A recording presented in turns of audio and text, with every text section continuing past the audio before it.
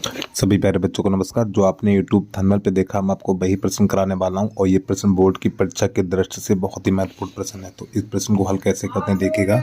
तो पहले बेटा ये हमारा प्रश्न है। तो देखो ये इसका परिपथ दिया हुआ चित्र है इसका ये।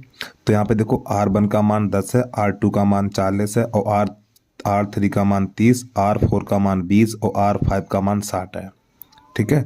तो प्रश्न नंबर और यहाँ पे तथा प्रतिरोधकों के इस विन्यास को 12 वोल्ट की एक बैटरी से संयोजित किया गया है।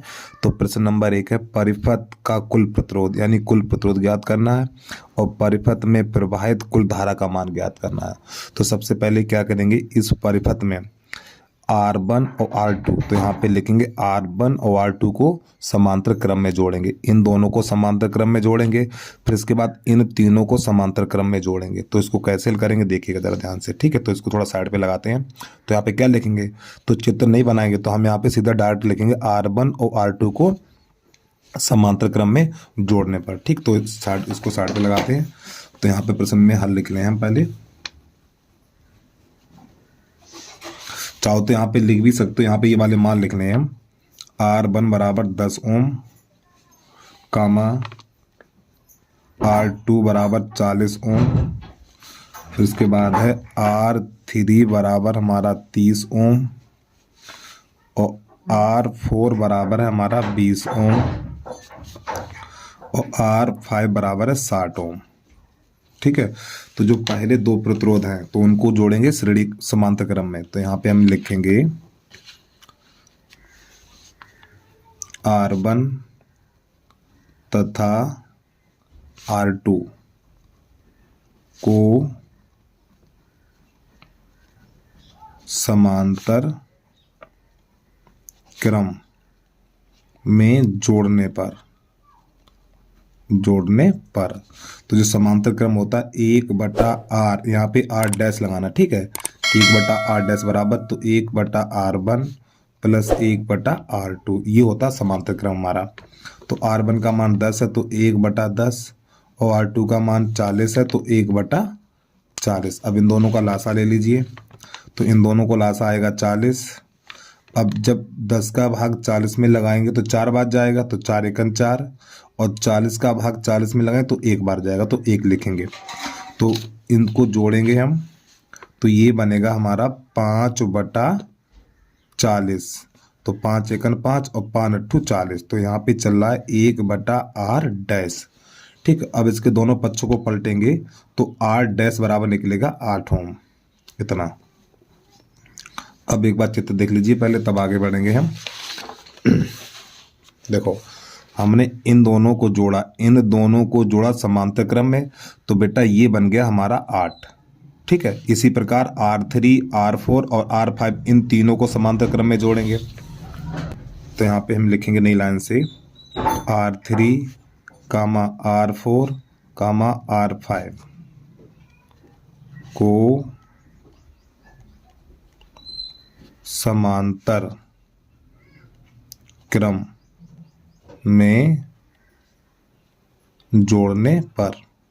ठीक है, जब इसको समांतर क्रम में जोड़ेंगे तो अब लिखेंगे R डबल डैश। ठीक, इस प्रकार बराबर 1/R3 plus 1/R5 R4 plus 1/R5। अब इनके मान लगा दीजिए।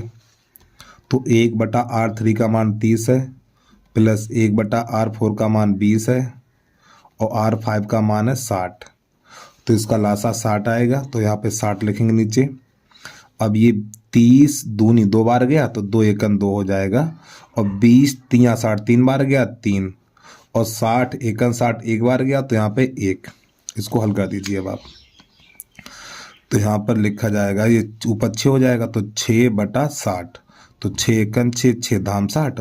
इधर चल रहा है 1/R डबल डैश। अब इसके दोनों पक्षों को पलटेंगे। जब इसके दोनों पक्षों को पलटेंगे तो R डबल डैश बराबर हो जाएगा 10 ओम, इतना। तो प्यारे बच्चों R डैश और R डबल डैश का मान कितना निकला, 10 ओम निकला। अब एक बार चित्र पे समझिए आप। देखो हमने इन दोनों को जोड़ा तो 8 निकला, फिर इन दोनों को जोड़ा 10 निकला, तो ये 8 और ये 10, यानी ये वाला 8 और ये 10 जोड़ा जाएगा श्रेणी क्रम में।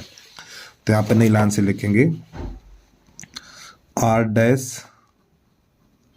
तथा आर डबल डैश को श्रेणी क्रम में जोड़ने पर, जब इसको श्रेणी क्रम में जोड़ेंगे तो यही बेटा हो जाएगा हमारा कुल प्रतिरोध।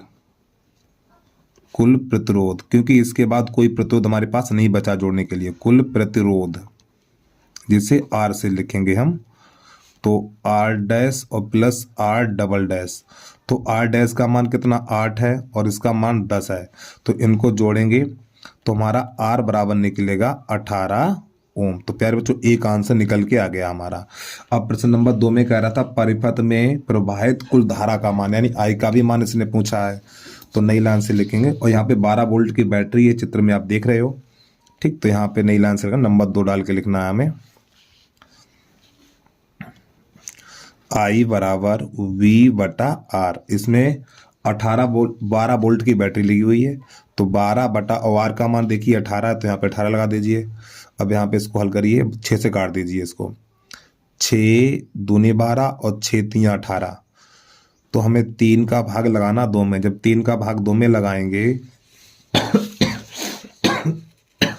देखो 3 का भाग 2 में लाएंगे तो भाग खाई बिंदी 10 हो गया, 3 छक 18, ये 3 छक 18, 3 छक 18 चलता रहेगा, लेकिन ये वाला 6 हटाएंगे तो यहाँ पे 7 रख देंगे, तो 0.67 एम्पियर विद्युत धारा का मात्रक एम्पियर होता है, ठीक। तो ये आ गया प्रश्न का आंसर।